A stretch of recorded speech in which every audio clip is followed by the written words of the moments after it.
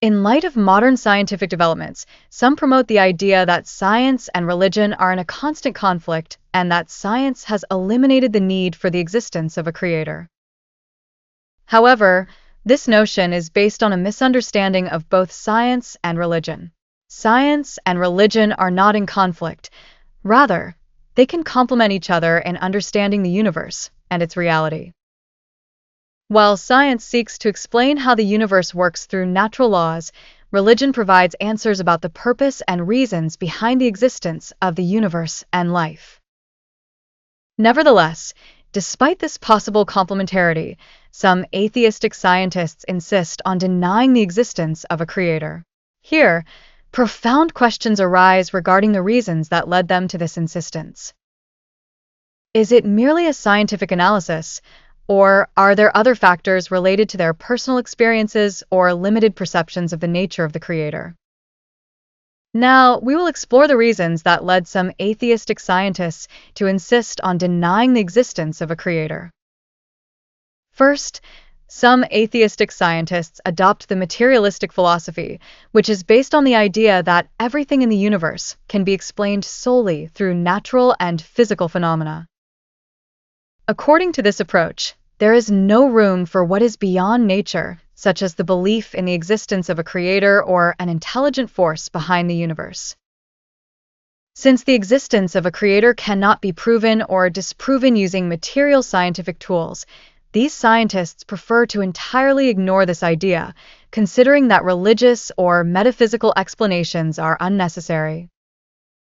As the origin of the universe and life can be interpreted solely through natural phenomena.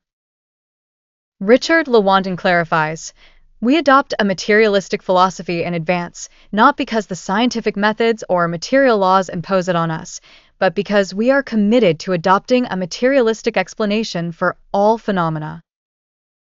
This statement came in his article reviewing the book, The Demon-Haunted World, by scientist Carl Sagan. Second, many atheistic scientists see that scientific progress has provided natural explanations for many phenomena.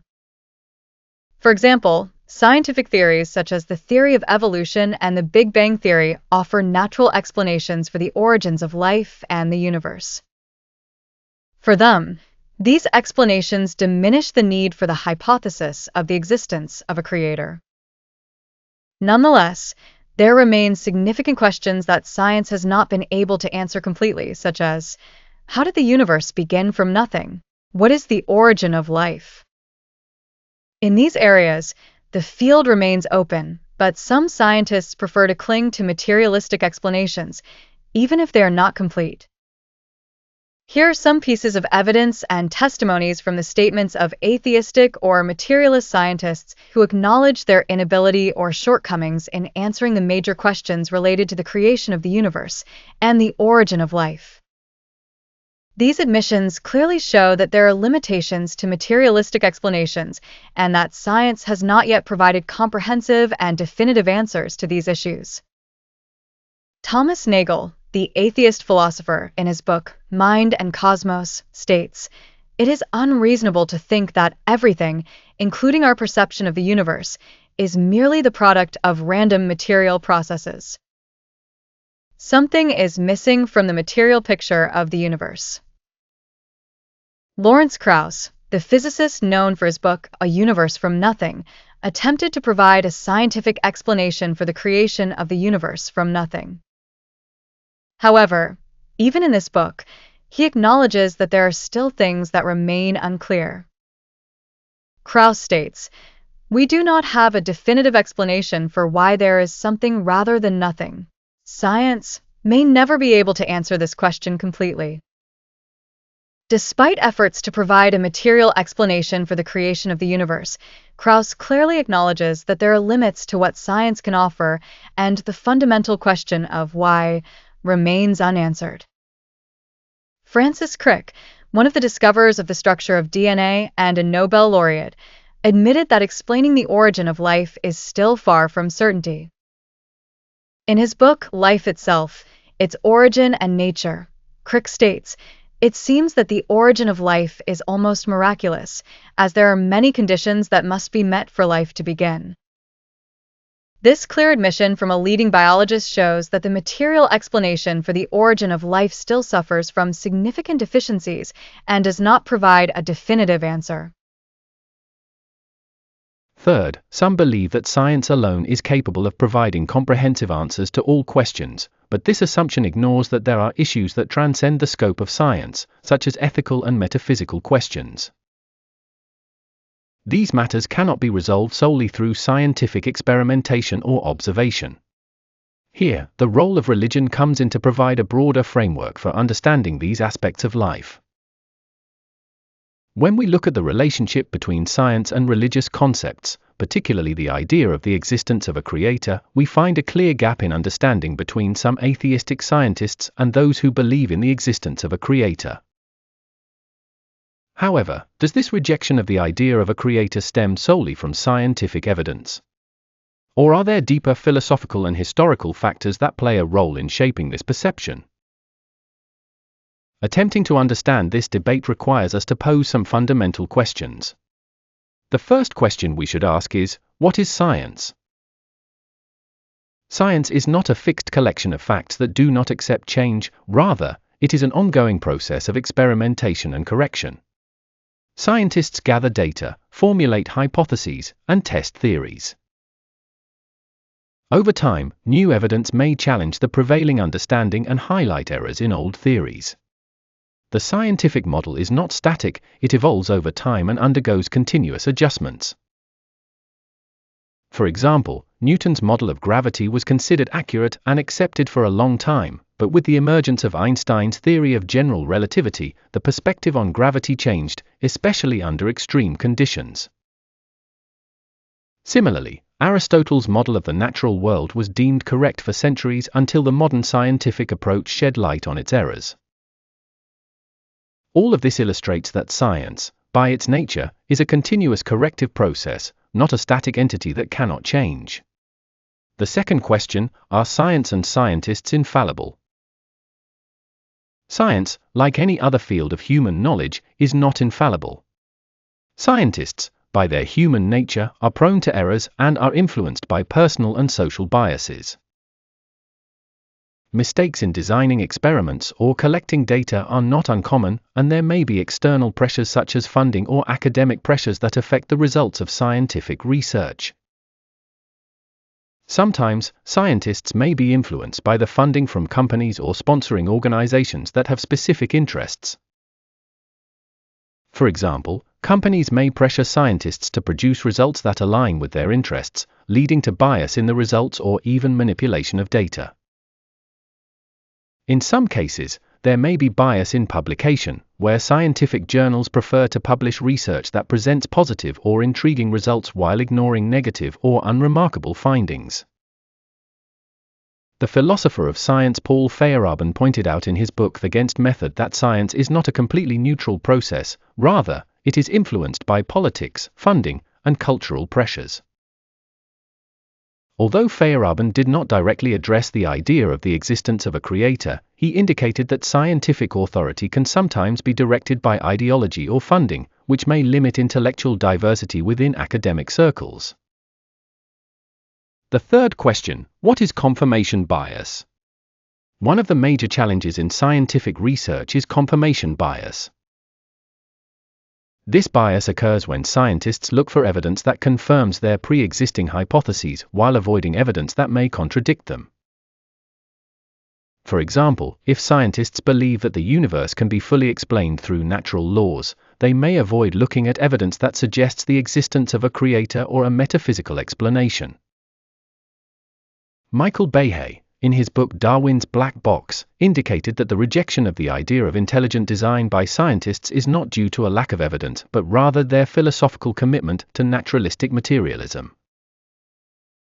This commitment may prevent them from considering evidence that does not fit within this materialistic framework.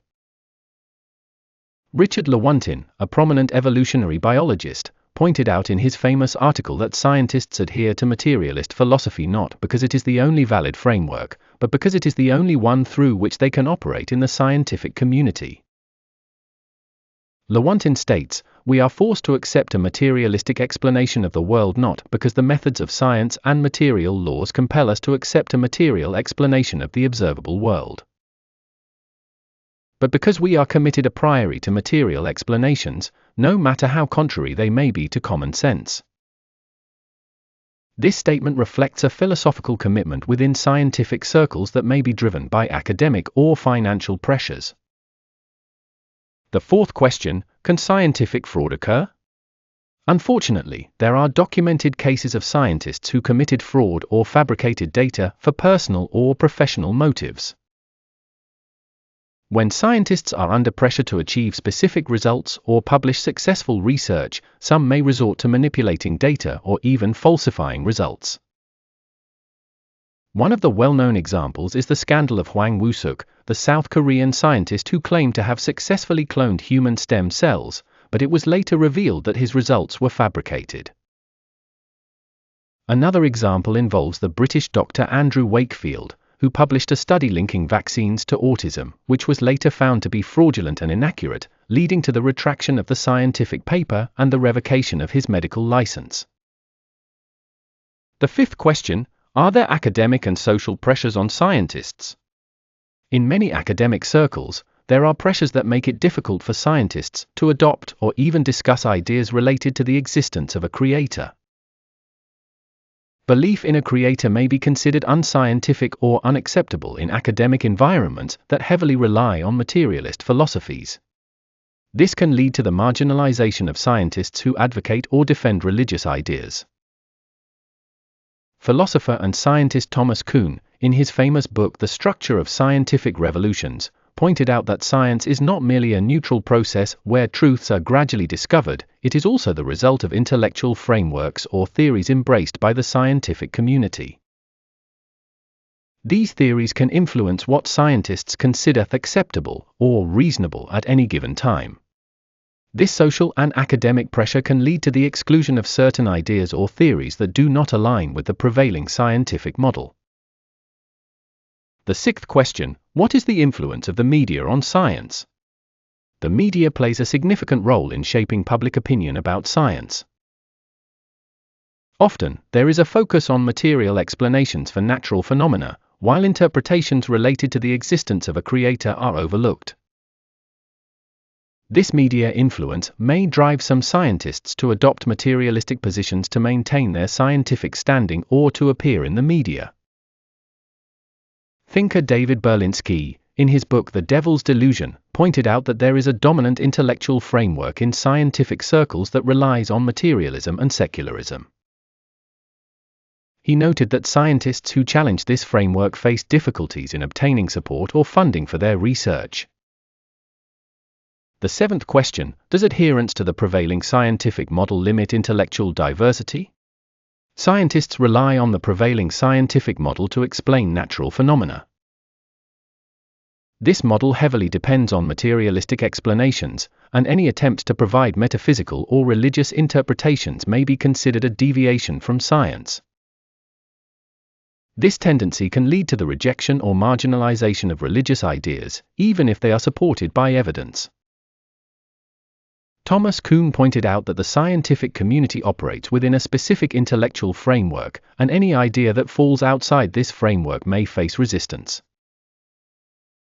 These academic and social pressures make it difficult for scientists to adopt ideas related to religion or metaphysics, resulting in their marginalization within the scientific community. In conclusion, we recognize that science is an ongoing journey toward understanding, while faith illuminates the purpose of existence. The depth of reflection on the universe and ourselves leads us to a wisdom that combines the inquiries of the mind with the insights of the heart. Science plays its true role in explaining how things work, but it alone cannot suffice to understand life in all its dimensions and depths. Faith complements what science cannot grasp. The fourth reason why some atheistic scientists continue to deny the existence of a creator, they believe that faith in a creator may hinder scientific inquiry. They fear that acknowledging the existence of a creator could lead to a halt in the search for natural explanations of phenomena. From their perspective, if the idea that the Creator did that is accepted, people may stop trying to understand how things actually work. Richard Dawkins, in his book The God Delusion, criticizes belief in a creator and argues that such ideas may obstruct scientific research into natural causes. Neil deGrasse Tyson, the famous astrophysicist, has discussed how reliance on the idea of a creator may impede scientific thinking.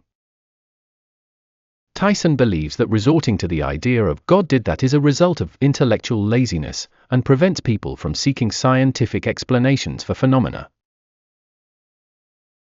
While scientists like Richard Dawkins and Neil deGrasse Tyson see belief in a creator as a potential hindrance to scientific thought, history shows that many influential scientists were religious or believed in some form of higher power. And this did not prevent them from making significant scientific contributions. On the contrary, for many of them, faith was a motivation for a deeper understanding of the natural world.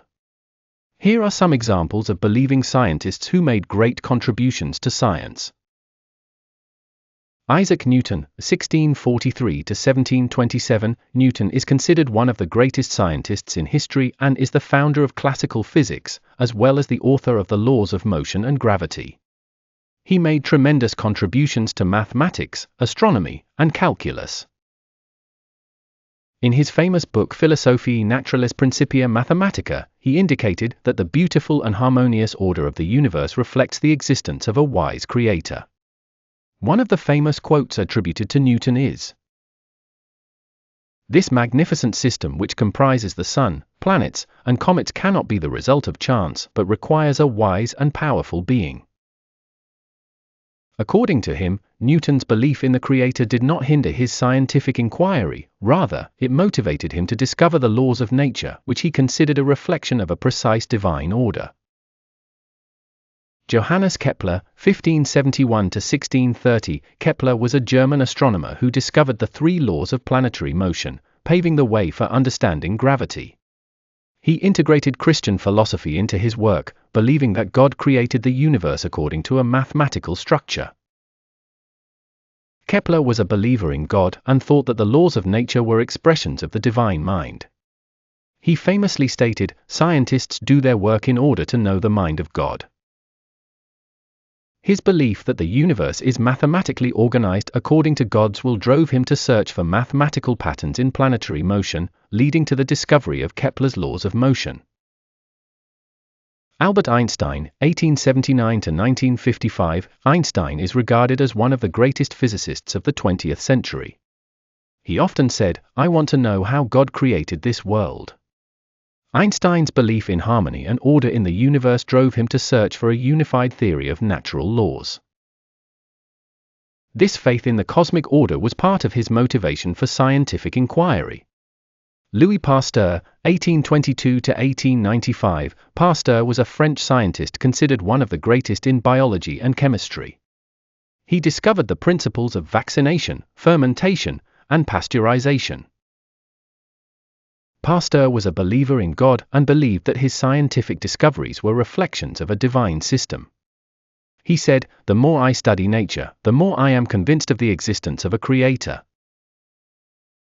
His faith did not prevent him from making significant contributions to science, rather, it helped him see science as a means to understand God's creation.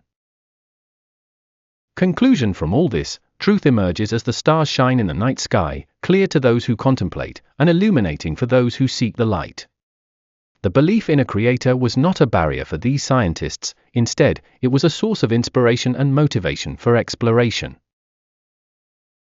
Fifthly, we cannot ignore that some atheistic scientists have been influenced by personal or cultural experiences that have reinforced their rejection of the idea of a creator. This may result from their experiences with traditional religions or their personal interpretations of certain religious texts that may seem contradictory to science. Stephen Hawking, the prominent theoretical physicist, indicated in his book A Brief History of Time that his personal experience with illness and his struggles with traditional religious interpretations played a role in shaping his ideas about the universe and his rejection of the notion of a creator. Carl Sagan, an astronomer and astrophysicist, was known for his harsh criticism of traditional religions. In his book The Demon-Haunted World, Sagan recounts how his personal experiences with traditional religious teachings, which he described as filled with superstitions and myths, contributed to shaping his rejection of the idea of a creator.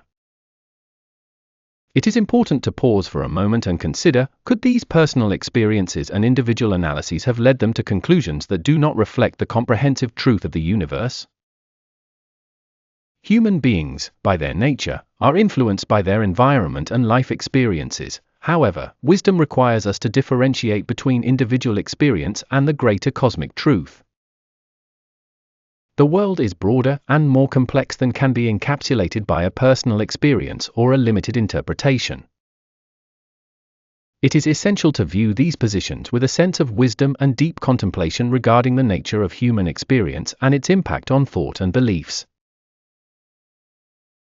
First, it is wise to recognize that personal experiences, no matter how influential, do not represent absolute truth. Our individual experiences with life and religion can affect our worldview, but they remain limited in scope. When a person goes through a negative or frustrating experience with a certain interpretation or with a religious community, this may lead them to reject the idea entirely, without giving themselves the opportunity to consider the possibility of a deeper, more comprehensive interpretation. Hawking and Sagan, for example, were influenced by their personal experiences with traditional religious interpretations that perhaps were not satisfying for them. However, it is wise to distinguish between personal experience and the comprehensive truth. Their rejection of the idea of a creator does not necessarily stem from a lack of evidence, but rather from their own interpretations of their experiences. This can lead to unbalanced conclusions, where an individual experience is generalized to the whole. Many believing scientists have faced challenging life experiences, perhaps even harsher than those faced by Hawking or Sagan. Yet, in the end, they found in faith a driving force for a deeper understanding of the universe. Belief in the existence of a creator does not mean closing the doors to scientific inquiry, rather, it can serve as a strong motivation for exploring the complex systems and inherent beauty of the universe.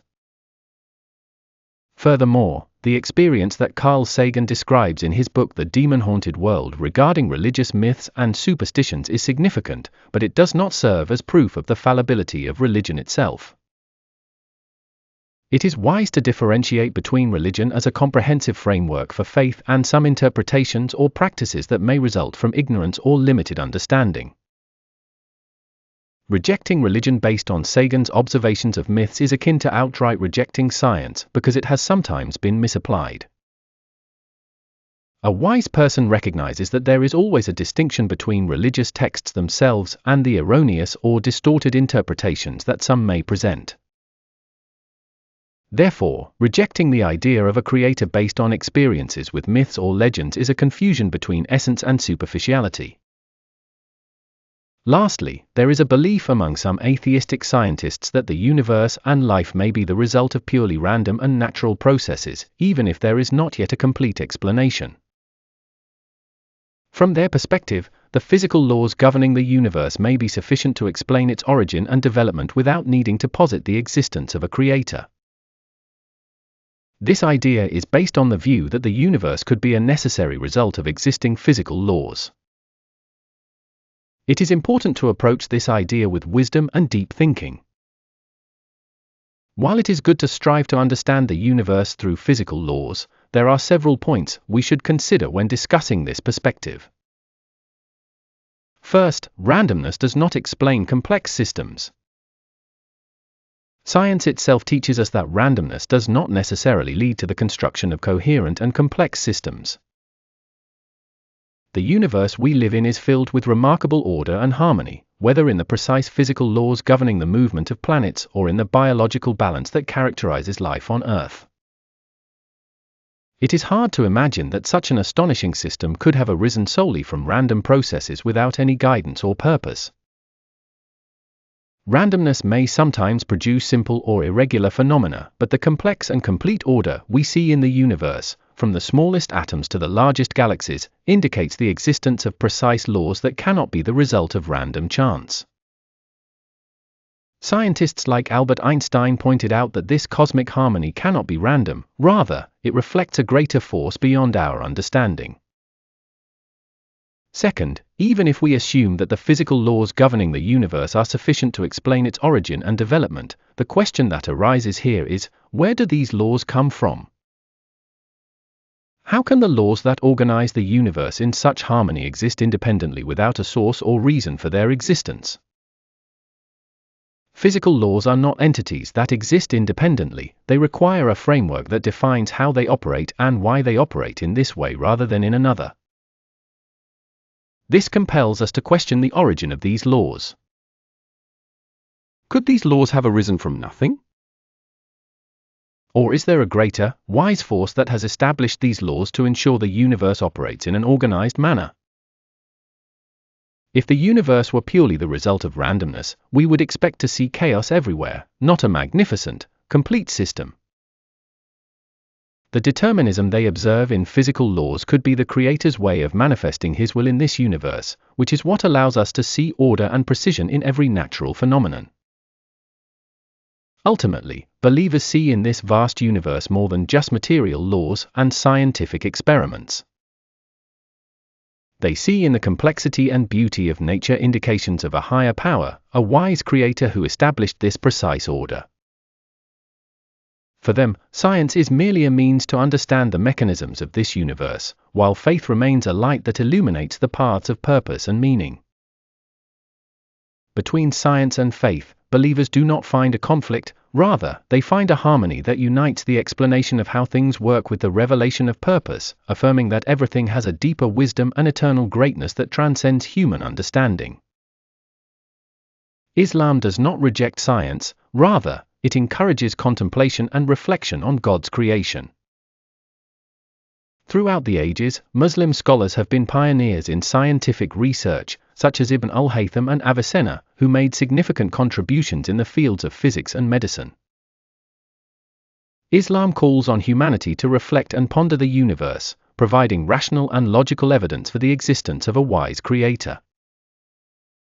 The Quran and Sunnah are filled with verses and hadiths that urge contemplation and reflection on the universe and life, confirming that belief in the existence of a Creator is a rational and logical outcome of reflecting on the world around us.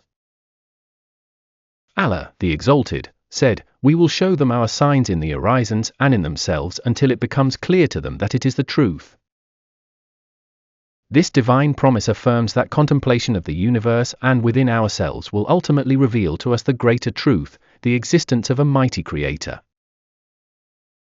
Such contemplation is one of the ways through which humanity reaches belief in the Creator, and it is at the core of the Islamic call to use reason and reflection.